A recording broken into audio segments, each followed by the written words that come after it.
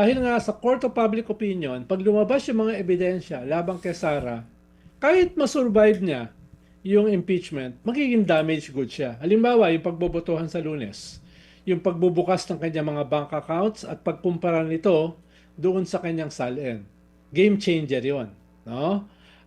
Kaya, kung hindi mo madepensahan yung sarili mo, halimbawa sa grave threats, i-bore mo to death yung mga nanonood para yung damage mas mabawasan.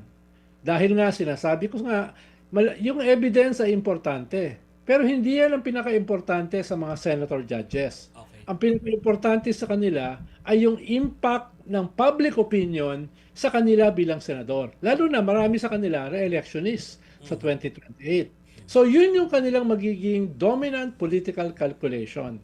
How the evidence will impact public opinion and how public opinion will impact the senators. No?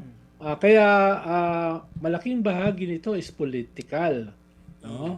Kaya yun yung hindi ko masyadong maintindihan dito sa mga senador na yung ang dami nilang manifestation.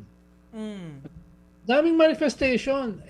Okay ka na, kota ka na Kota ka na, bakit mo bang papahabain pa? Unless it is a strategy to bore the people to death.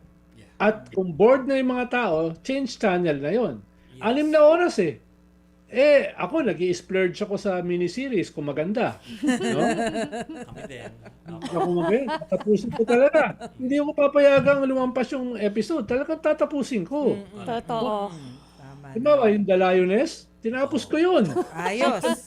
Isang upuan. Isang upuan. Isang upuan. Nakapag-binge Yung watch. Diplomat, isang upuan yun. Yes. No? Kahit walang tulugan. Correct. No?